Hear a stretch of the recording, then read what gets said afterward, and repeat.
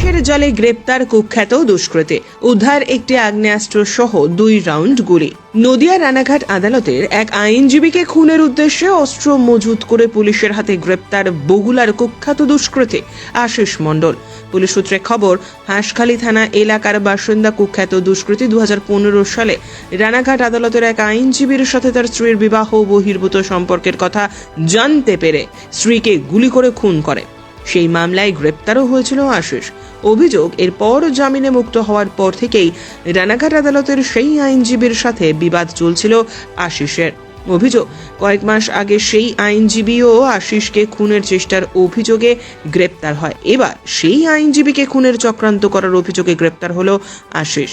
মঙ্গলবার রাতে গোপন সূত্র মারফত খবর পেয়ে বগুলা আশ্রমপাড়া থেকে আশিসকে গ্রেপ্তার করে পুলিশ।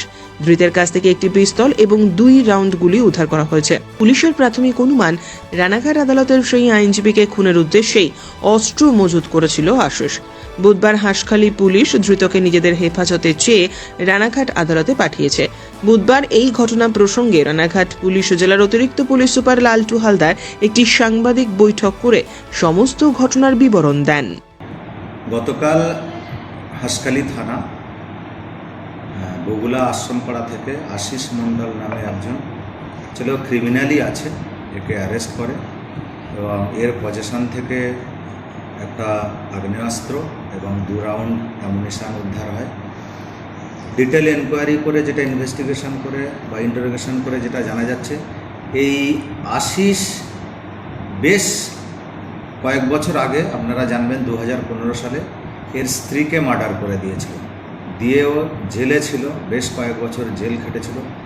অভিযোগ এটাই যে এই আশিসের সঙ্গে রানাঘাটের কোনো এক আইনজীবীর সাথে এর স্ত্রীর অবৈধ সম্পর্ক ছিল, সেটা আশিস ধরতে পেরেছে এবং হাতে নাতে ধরেছে।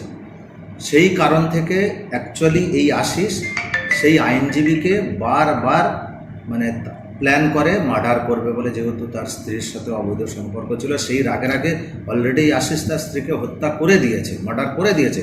জেল খেটে অনেক দিন জেলে থেকে সে বাইরে বেরিয়ে এসেছে।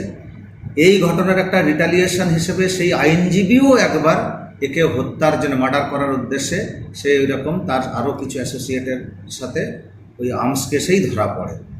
সেও কিছুদিন বেশ জেল খেটেছিল।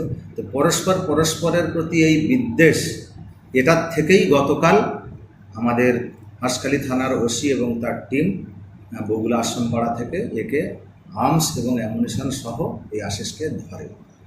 তো বিষয়টা হলো, মেনলি যেটা প্রাথমিকভাবে জানা গিয়েছে যে পরস্পরের প্রতি যে একটা ভয়, আশিস ভাবছে ওই আইনজীবী ওকে মেরে দেবে, আইনজীবী ভাবছে এই আশিস ওকে সুযোগ পেলে মেরে দেবে।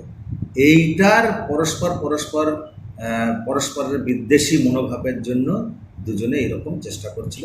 কয়েকদিন আগে, বেশ কয়েক মাস আগেও এরকম এই আশিস আর্মস কেসে ধরা পড়ে। আর্মস নিয়ে ওই রকমভাবে একটা অ্যাক্সিডেন্ট হয়েছিল বলে পুলিশ জানতে পেরেছিল। সেই অ্যাক্সিডেন্টে যখন তার গাড়ি সার্চ করা হয়, তখন দেখা যাচ্ছে সেখানেও এরকম আর্মস এবং সহ ধরা পড়েছে। অ্যাকচুয়ালি এখন হ্যাবিচুয়াল অফেন্ডার হয়ে গিয়েছে।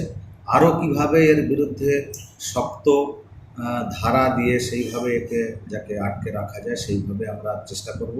কোর্টকে আমরা সেইভাবেই প্রেয়ার করব। আপাতত আজকের একে আমরা 14 দিনের পিসি প্রেয়ার নিয়েই একে আজকে রানাঘাট কোর্টে ফরওয়ার্ড করছি। ব্যুরো রিপোর্ট, উত্তরের প্রহরী।